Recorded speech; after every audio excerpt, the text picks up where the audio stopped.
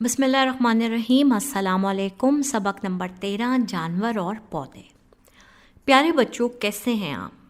آج جب آپ اسکول آ رہے تھے تو اپنے راستے میں آپ نے کیا کیا دیکھا؟ کیا آپ مجھے ان تصاویر میں نظر آنے والی اشیاء کے نام بتا سکتے ہیں؟ آپ کو نظر آ رہے ہیں کچھ جانور اور کچھ پودے۔ کیا آپ اپنے ارد گرد کے ماحول میں موجود چند جانوروں اور پرندوں کے نام بتا سکتے ہیں؟ آؤ سیکھیں۔ ہم ایک خوبصورت دنیا میں رہتے ہیں اور اپنے ارد گرد مختلف چیزیں دیکھتے ہیں۔ ان چیزوں کی اپنی اپنی خوبیاں ہیں۔ آئیں مختلف چیزوں کی خوبیوں کے متعلق جانتے ہیں۔ ہم اپنے گھر، اسکول، بازار اور پارک میں بہت سی چیزیں دیکھتے ہیں۔ کچھ چیزیں اپنی جگہ پڑی رہتی ہیں اور انہیں کھانے پینے کی ضرورت نہیں ہوتی۔ کچھ چیزیں کھاتی پیتی، سانس لیتی اور حرکت کرتی ہیں۔ چیزوں کی ان خوبیوں کی بنیاد پر انہیں دو بڑے گروہوں میں تقسیم کیا گیا ہے۔ تمام جانور، انسان اور پودے جو کھانا کھاتے، حرکت کرتے اور اپنے جیسے بچے پیدا کرتے ہیں، جاندار اشیاء ہیں۔ ایسی تمام چیزیں جو سانس نہیں لے سکتیں، اپنی جگہ سے حرکت نہیں کر سکتیں اور ان کو کھانے پینے کی ضرورت نہیں ہوتی، بے جان اشیاء کہلاتی ہیں، مثلاً میز، کرسی اور کھلونے وغیرہ۔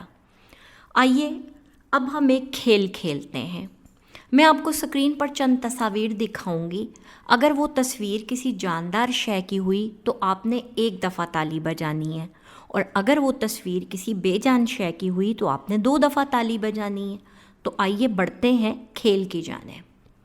جی بچوں، آپ کو تصویر میں کیا نظر آ رہا ہے؟ آپ کو تصویر میں نظر آ رہا ہے ایک گھوڑا۔ اب یہ گھوڑا جاندار ہے یا بے جان؟ یہ گھوڑا کھاتا بھی ہے، حرکت بھی کرتا ہے، سانس بھی لیتا ہے اور اپنے جیسے بچے بھی پیدا کرتا ہے۔ تو یہ کیا ہے؟ یہ جاندار ہے۔ تو اب آپ کتنی تالیاں بجائیں گے؟ آپ بجائیں گے 1 تالی۔ شاباش۔ اب دوسری تصویر کو دیکھیے۔ یہ کیا ہے؟ یہ ہے ایک قلم۔ کیا قلم سانس لے سکتا ہے؟ کیا قلم کھانا کھاتا ہے؟ کیا قلم حرکت کرتا ہے؟ اور کیا قلم اپنے جیسے بچے پیدا کرتا ہے؟ ان تمام سوالات کا جواب ہے نہیں۔ اس کا مطلب یہ ہوا کہ قلم بے جان شے ہے۔ تو اب آپ کتنی تالیاں بجائیں گے؟ 2۔ زبردست۔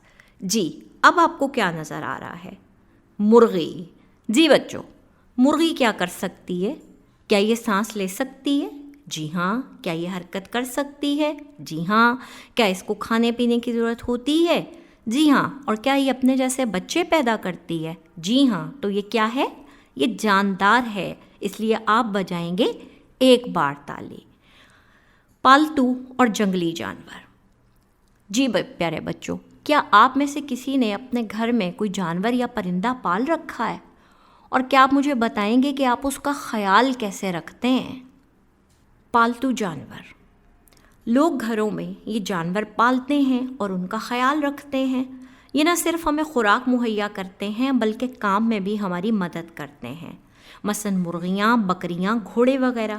گھوڑا، بلی، مرغی، طوطا، بھیڑ، یہ سب وہ جانور ہیں جنہیں ہم اپنے گھروں میں پال سکتے ہیں، اور ہمیں ان جانوروں کا بہت خیال رکھنا چاہیے۔ ان کو صاف ستھرا رکھنا چاہیے اور ان کو وقت پر کھانا اور پانی دینا چاہیے۔ جنگلی جانور۔ جنگلی جاندار جنگلوں میں رہتے ہیں، مثلاً شیر، لومڑی، ریچھ۔ جنگلی جانور پالتو جانور کی نسبت زیادہ طاقتور ہوتے ہیں۔ جانوروں کی رہائش۔ جانور اپنی ضرورت کے مطابق مختلف جگہوں پر رہتے ہیں۔ کچھ زمین پر رہتے ہیں اور کچھ پانی میں۔ زمینی جانور۔ بہت سے جانور زمین پر رہتے ہیں، مثلاً شیر، گھوڑا، کتا، بلی وغیرہ۔ عام طور پر زمینی جانوروں کی 4 ٹانگیں ہوتی ہیں جو انہیں زمین پر چلنے میں مدد دیتی ہیں۔ کچھ جانوروں کے جسم پر بہت زیادہ بال یا فر ہوتے ہیں جو انہیں گرم رکھتے ہیں، مثلاً برفانی ریچھ۔ آبی جانور۔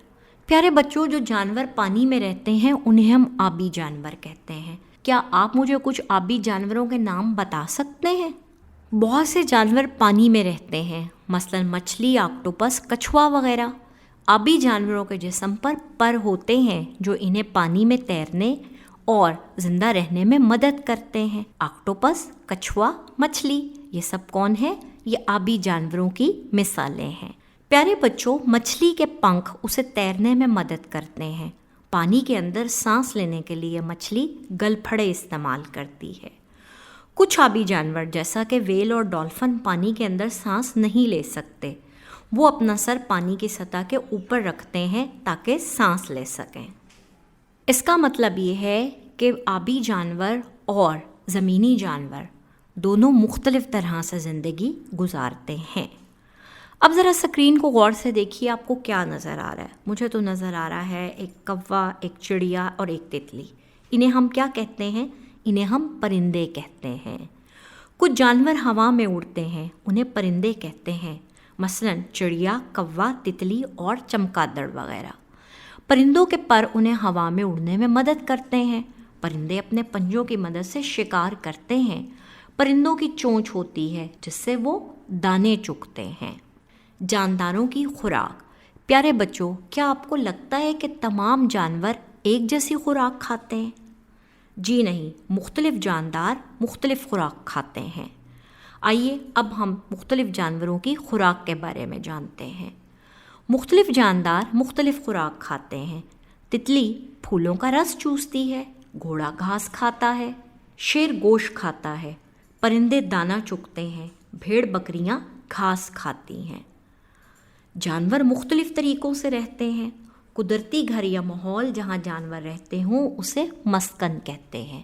پیارے بچوں، کیا کبھی آپ نے سوچا ہے کہ ہمارے لیے ہمارے گھر کی کیا اہمیت ہے؟ ہمارا گھر ہمیں محفوظ رکھتا ہے، یہ ہمیں سردی سے اور گرمی سے بچاتا ہے۔ اسی طرح جانوروں کو بھی خود کو محفوظ رکھنے کے لیے مسکن کی، گھر کی ضرورت ہوتی ہے۔ تو پرندے گھونسلے میں رہتے ہیں، شیر غار میں رہتے ہیں، شہد کی مکھیاں چھتے میں رہتی ہیں، خرگوش بل میں رہتے ہیں۔ جانوروں کی دیکھ بھال۔ پالتو جانوروں کو زندہ رہنے کے لیے خوراک، پانی اور پناہ کی ضرورت ہوتی ہے۔ جانوروں کی اہمیت۔ کیا آپ بتا سکتے ہیں کہ جانور کیوں اہم ہیں؟ ہمیں جانوروں سے کیا کیا ملتا ہے؟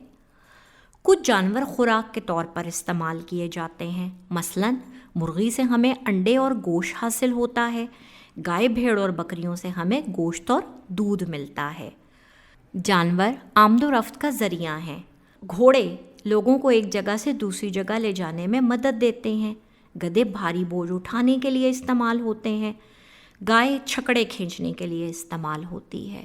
اس کا مطلب یہ کہ ہمیں جانوروں کا خیال رکھنا چاہیے، یہ اللہ کی ایک نعمت ہے۔ پودے۔ جی پیارے بچوں، کیا پودے جاندار ہیں؟ جی ہاں، بالکل پودے جاندار ہیں۔ اور کیا ہمیں پودوں سے بھی کچھ حاصل ہوتا ہے؟ جی ہاں، ہمیں پودوں سے پھل، پھول، سبزیاں، سایہ اور لکڑی حاصل ہوتی ہے۔ پودے ہمیں آکسیجن مہیا کرتے ہیں، اور آکسیجن کیا ہے؟ وہ گیس جو ہمیں سانس لینے کے لیے چاہیے ہوتی ہے۔ کچھ پودے لمبے اور کچھ چھوٹے ہوتے ہیں۔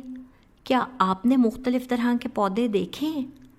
کچھ پودوں کا تنا موٹا اور کچھ کا تنا باریک ہوتا ہے۔ پودوں کی قسمیں۔ لمبے پودے۔ درخت ایک بڑا یا لمبا پودا ہے جس کا تنا موٹا ہوتا ہے۔ عام طور پر درختوں پر پھل لگتے ہیں، جیسے ناریل کا درخت، آم کا درخت۔ چھوٹے پودے۔ چند پودے ایسے ہوتے ہیں جو بہت چھوٹے ہوتے ہیں، ان کے تنے موٹے اور مضبوط نہیں ہوتے، ان کو جڑی بوٹیاں اور جھاڑیاں کہتے ہیں، مثلاً گھاس، کپاس کا پودا، گندم کا پودا، سبزیوں کی بیلیں وغیرہ۔ پودوں کی اہمیت۔ پودے زمین پر زندگی گزارنے کے لیے بہت اہم ہیں۔ یہ جانوروں اور انسانوں کو خوراک مہیا کرتے ہیں۔